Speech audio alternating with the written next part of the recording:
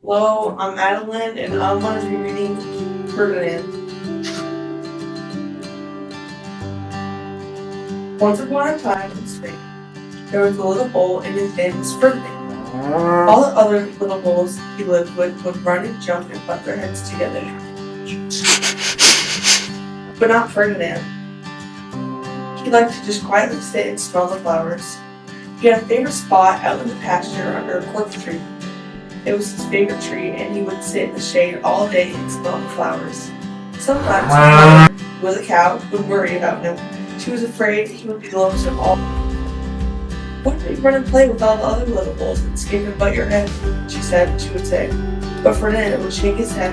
"I like it better here. I like to flowers." His mother saw that he was not lonesome, and because she was an understanding mother, even though she was a cow, she let him just sit and be there.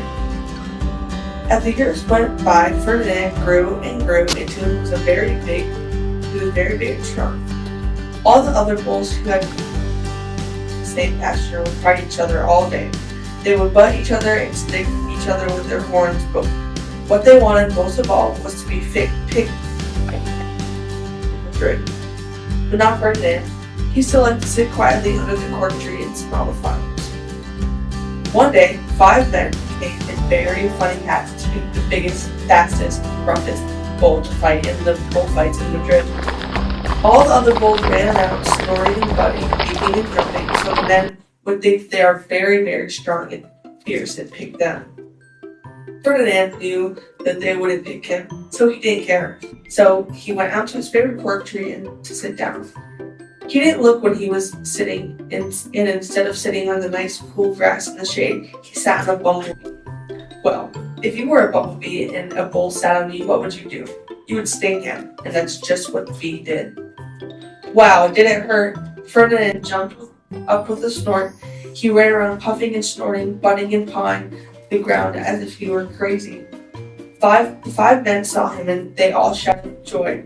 He was the largest and fiercest bull of all, just the one of the bull to fight in Madrid. So they took him away for the bullfight day. What a day it was! Flags were flying, bands were playing, and the lovely ladies had flowers in their hair. They all had a parade into the bull ring. First came the banderillos with long sharp pins with ribbons on them that's to stick in the bull and make him mad.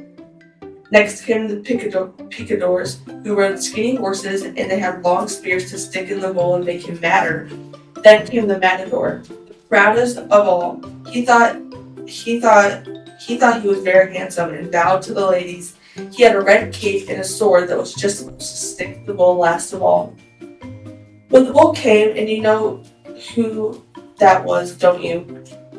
They called him Ferdinand the Fierce, and the banderillos were afraid of him, and the picadors were afraid of him, and the matador was scared stiff.